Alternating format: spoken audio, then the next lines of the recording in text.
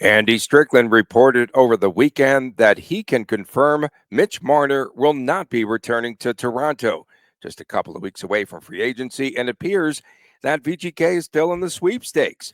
More ahead on this Marner Monday edition of Lockdown Golden Knights.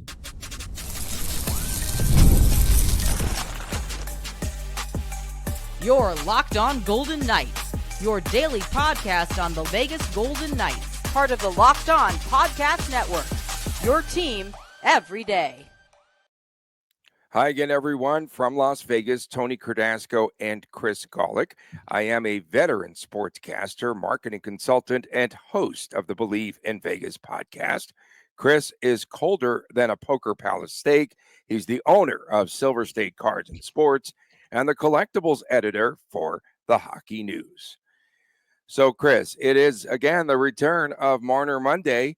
A lot of rumors and reports coming in for Marner Monday. First, Andy Strickland of the Cam and Strick podcast, he confirmed that Mitch Marner is not returning to Toronto. Last week, there were reports that there were little or no conversations, and the ones that they had were, quote, frosty. But Elliot Friedman says there haven't been any recent talks, and Friedman also hears that Mitch Marner is not going to go back to Toronto. That is pretty good news for VGK and for everyone else in the stakes. James Myrtle of The Athletic says VGK is one of the favorites as well to land Marner. And pump the brakes, just because they're the favorites doesn't mean they're the favorite. It means they're probably one of, it really seems like it's three teams right now. Vegas's name keeps coming up. Carolina is interesting right now. Yeah. I see you moving your head. Okay. Carolina is interesting. I got you. Carolina is interesting right now because Mika Rantanen, Mitch Marner, this mega deal almost kind of came together between those two teams, and Mitch Marner supposedly pumped the brakes on it. And now Carolina is trying to go above 14 million AAV. Like, I don't know why Carolina is all of a sudden all gung-ho about him when Mitch Marner himself is part of the reason that trade never happened. And then lastly, the LA Kings seem to be on the radar as well. And then your Rangers obviously cleared up some cap space recently too. I think that was on Friday. So there could be some teams kind of setting up the bowling pins a little bit, looking to see what they can do. But Vegas won't go away in this. Vegas will not go away in this. It's been over basically since the Golden Knights were eliminated from the playoffs. It doesn't. The Marner talk is not cooling off one bit. So you're not going to count in the stakes San Jose and Anaheim? Yeah, well, that's the thing too. Yeah, there's so many teams. San Jose, I don't think Mitch Marner's going there in any way, shape, or form. Anaheim is certainly on the radar as well, especially right now. I don't know how much room they got left after getting your former Ranger player. Yeah, Chris Kreider. They should have a lot of space left. They do. I think they have a lot. They had a ton of space going into this. Yeah, 32 million current cap space for the Anaheim Ducks. Then there's other things. They got some RFAs and UFAs to address, and their roster is pretty light. So that's part of that money spent, but there's definitely $14 million ish if they really do want to make a run for Mitch Marner. And Friedman also hinted that players like Marner, we kind of discussed this a little bit, but Marner could be looking for shorter term, perhaps a 4-year deal. I'm just curious, would VGK be set on something like that? And with the escalation in the salary cap, a player, for instance, like Marner, we talked about this on the show, you could make more money now as a free agent with a shorter deal, a 4-year deal, as opposed to an 8-year deal, because you're stuck on that number of salary for 8 years. Salary cap goes up, though. If Mitch Marner was a 100-point scorer at age 26 with an expiring contract, then a 4-year deal makes a lot of sense, because 4 years later, the salary cap is higher and there's more room to work with, and you can stretch that out. A 4-year deal now, we're talking about a 33-year-old Mitch Marner. And then you're talking about a 34-year-old, 35, so on and so forth. So I think Mitch Marner's best way to get as much money as possible is you sign max term, whatever, the longest you can get, 7-8 years. Anything outside of that, Mitch Marner's leaving a lot of things to chance, right? I mean, why is someone going to, unless the salary cap just happens to be significantly greater than where it is now 4 years from now, we're talking in the 105, 108, $110 million ballpark, which if it keeps going in this current path, then yeah, that's exactly what will happen. But I don't see someone, even if the salary cap is 20% higher, I don't see anyone paying him greater than 14 million AAV then, or it might be somewhere where he doesn't necessarily want to go. A 4-year term, that's advantageous for almost all parties concerned, starting with the Vegas Golden Knights, because 4 years from now, a lot's going to look different. A team like Anaheim, or if San Jose, or if Chicago are in the fold, 4 years, it's going to take those teams 4 years to get to relevancy, probably. And now you need to go with your superstar. You have to go back to the negotiating table right as your team is turning the corner. It doesn't make a lot of sense. A team like VGK, it makes a lot more sense. A team like Carolina, it makes a lot more sense. Or if you were to stay in Toronto, teams that have their core in place, their core four in place, stuff like that. So you, what if Jack Eichel comes to the table and says, "I just want a 4-year term"? Because the money's just going up. It's going to be ridiculous in 4 years from now. I think that's what the Golden Knights want. I mean, you go back to the Marchessault situation and everything and how that entire situation played out.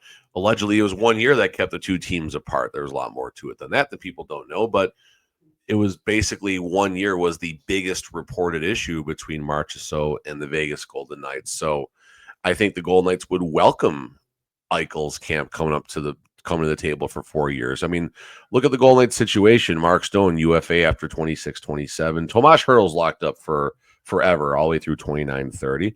William Karlsson, Tony, 26-27. Barbashev, 27-28, so on and so forth. On the defensive side, this is where it's a little more interesting. Pietrangelo and his situation through 26-27.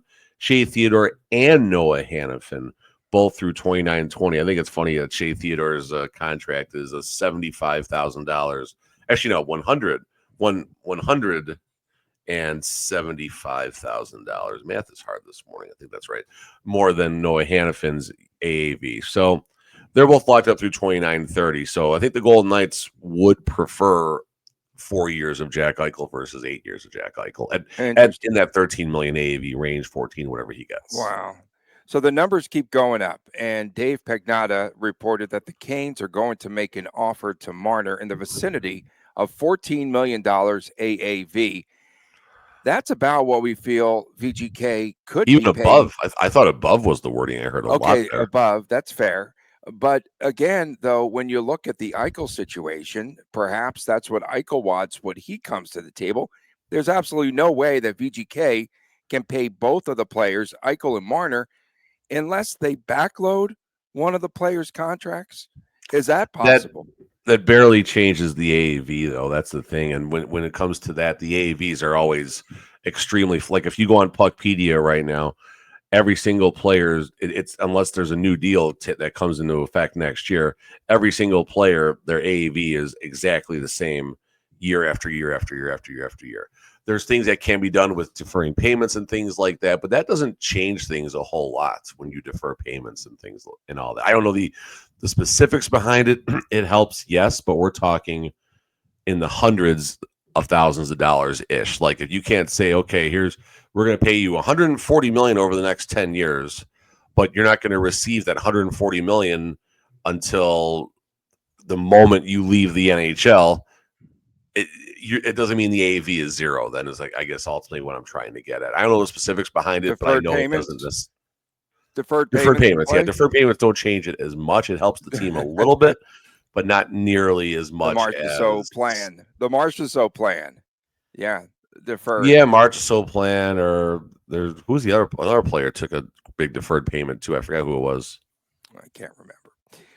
Coming up next, we will talk about something that's pretty interesting. So it appears that Marner's core 4 days in Toronto are over.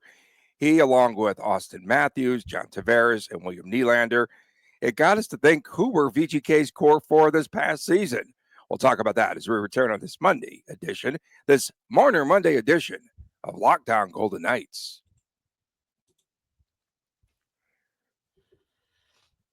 Ever check your bank account and wonder, where in the world did all my money go between dining out, eating at the Poker Palace, online shopping and entertainment? It's so easy to lose track. That's where Monarch Money comes into play, your personal CFO, giving you full visibility and control over all your finances. It isn't just a budgeting app, Monarch Money. It's a complete financial command center, and you can track all your accounts, investments, and spending all in one place. So you just stop managing all of your money and you start to build wealth. When I started using Monarch Money, I use so much money now in online shopping. And so that's something that I really do need to figure out here. Managing money with your partners even smoother. Take over your finances today. Go to monarchmoney.com. Use that promo code LOCKDOWNNHL. You'll get $50 off of your first year at monarchmoney.com. Again, use the promo code LOCKDOWNNHL. 50% off of your first year at monarchmoney.com.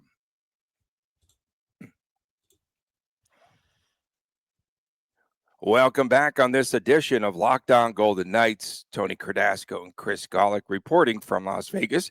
Thanks for making us your first listen every day. Find us wherever you get your podcast. Fridays, WTF. Saturdays, sometimes the Chris and Chris Jr. Show. Tell us about the Poker Palace. Was that steak really that bad? And where is that anyway? That's in Hendersonville, right? Somewhere in Henderson. The Poker Palace is in Henderson. Yeah, no, it's in North Las Vegas. It's very, very, very North Las Vegas, like north of Jerry's Nugget, north of Silver Nuggets. Yeah, it was an experience. I mean, it's kind of like an under the table, under the radar type place that I think all poker players kind of heard about. Never really kind of gone there. And a friend of mine, Chad, who works with the Poker News, actually went there about this time last year, and I just kind of triggered my memory. So I took Pops there for Father's Day, and it was an experience. It was an experience from the 1970s. Yeah. What's that?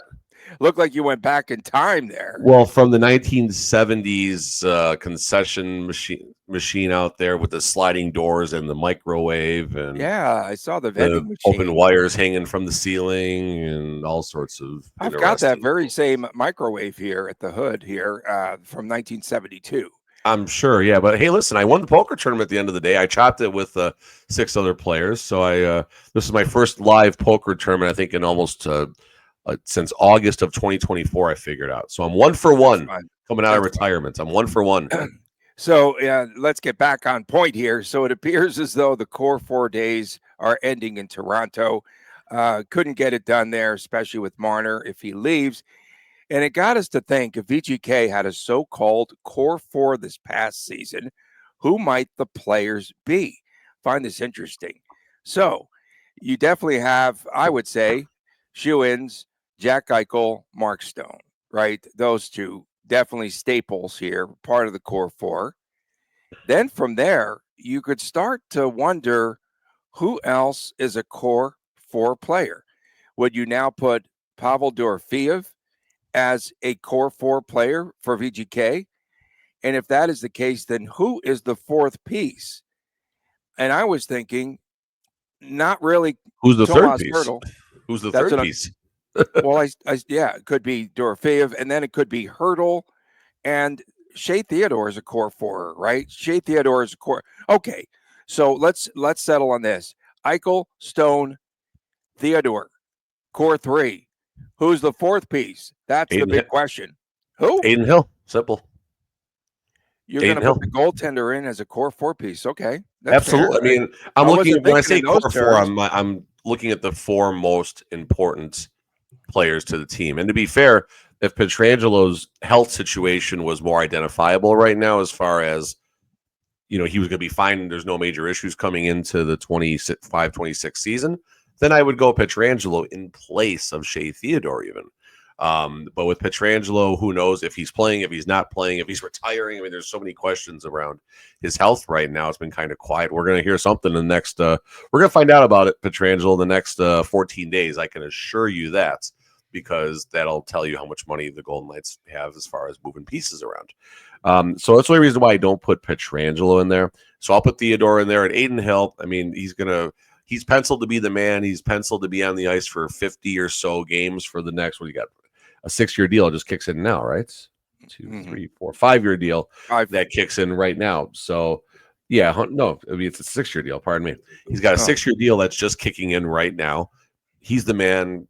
He was such a huge part of the Stanley Cup run, of course, in 22-23, 50 appearances in the 24-25 season. So Adin Hill is pretty easy. Now, if we're just going to say don't use a goalie in this, and we're going to identify a fourth core 4 player if we're not going to use a goalie, okay, I think and it gets interesting, right?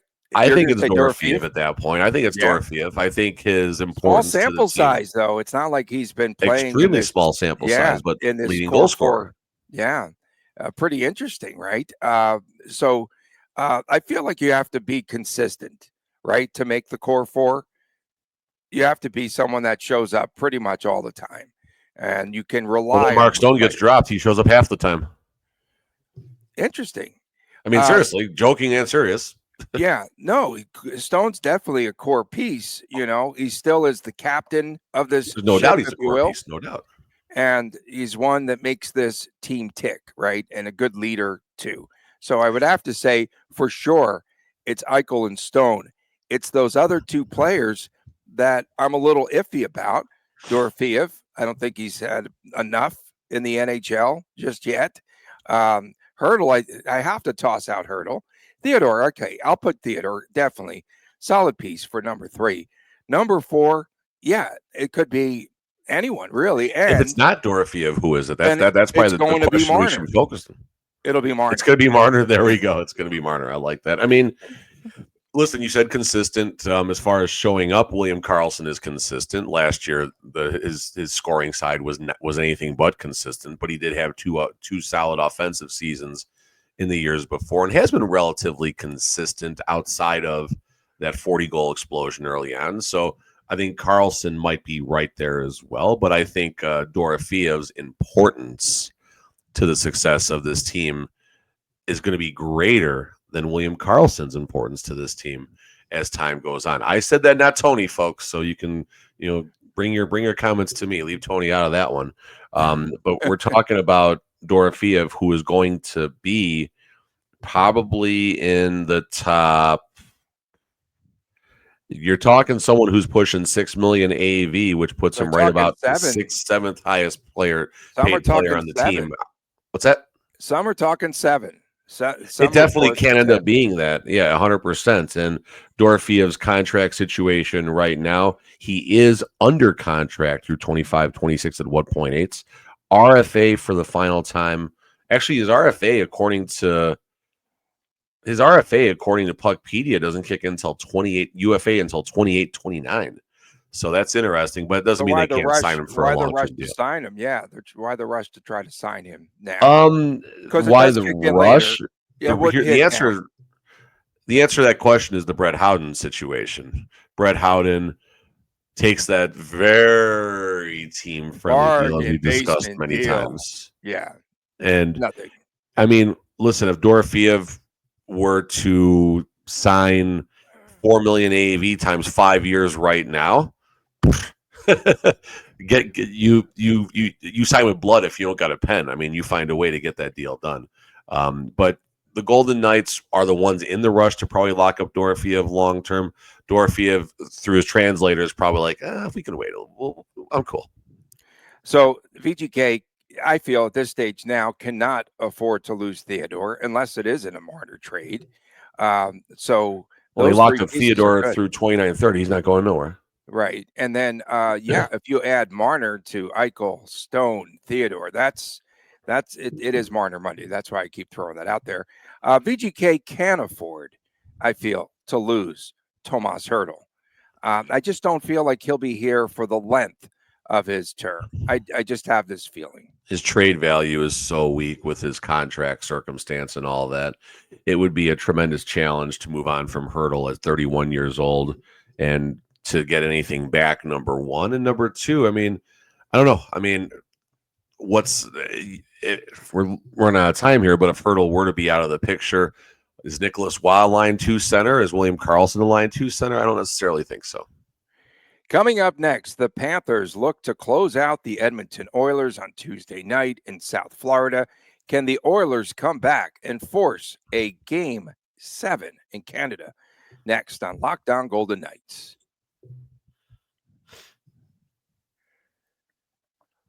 Welcome back on this edition of Locked On Golden Knights from Vegas. Tony Cardasco and Chris Golick reporting. We appreciate you making us your first listen every day.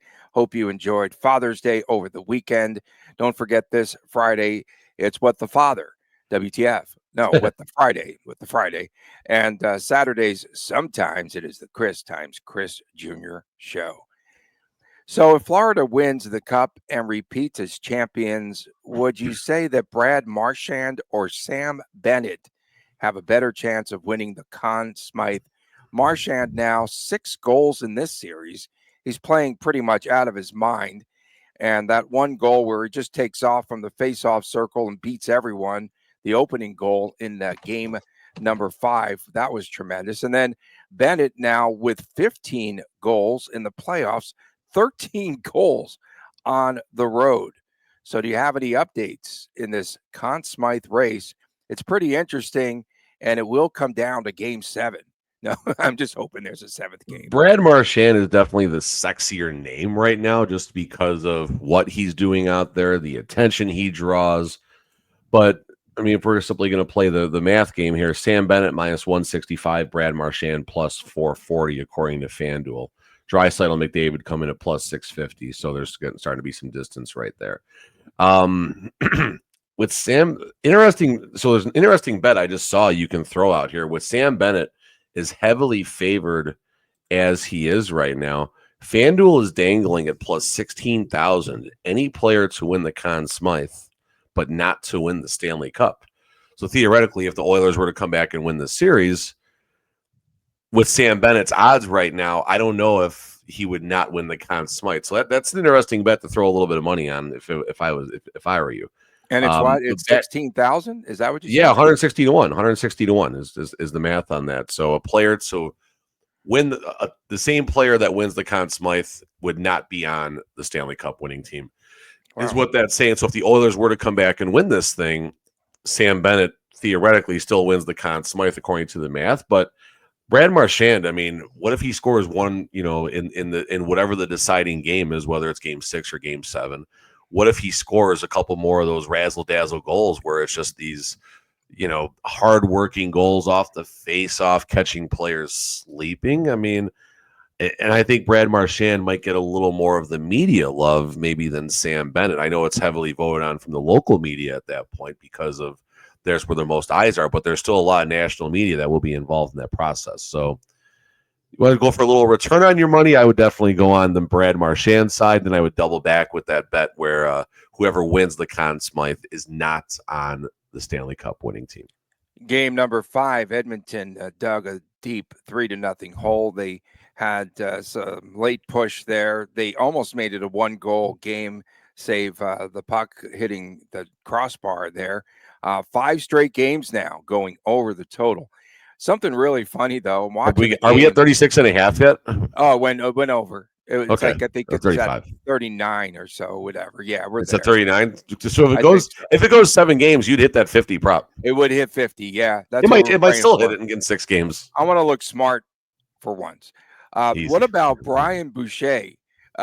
He's next to Stuart Skinner. And he says Skinner should start game number 6. He's reporting right next to Skinner. Does Stuart Skinner give like a pat on the back, Did you see that? Did you see? I've seen that the entire series. I mean, it's been going both ways right now. So I mean, yeah. There were no power play goals. That's crazy, right? 3 power play opportunities for Edmonton, 2 for the Panthers. So the question you'd have the game's still went over. That's the crazy thing. The way the PKs have been. Right. But you have to throw out there, if your identity is to make this game sloppy here in game number 6, do you just let them go? Let them go, and who cares if Kane's no identity, Tony. There's no game plan. Yes, coaching is important now, but this is when the players, I think, For both teams, mainly on the Oilers side right now.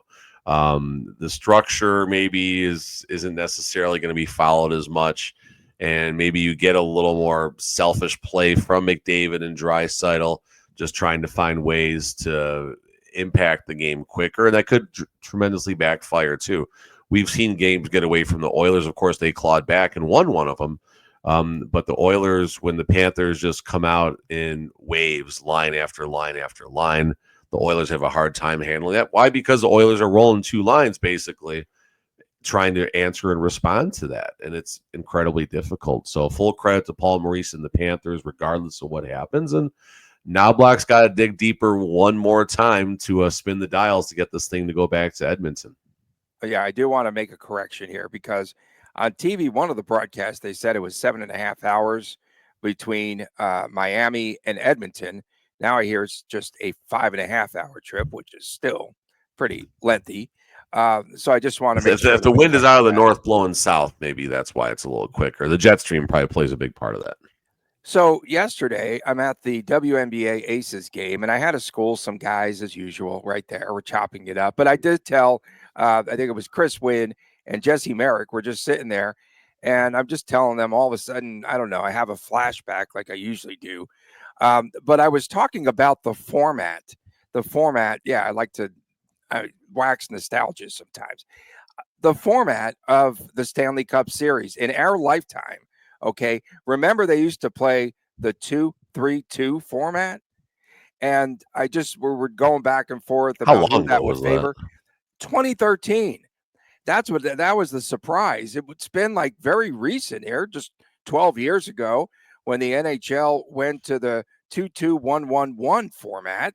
It used to be 2-3-2. And did you like the old format? I'm just curious. I was trying to gauge like what the feedback might be.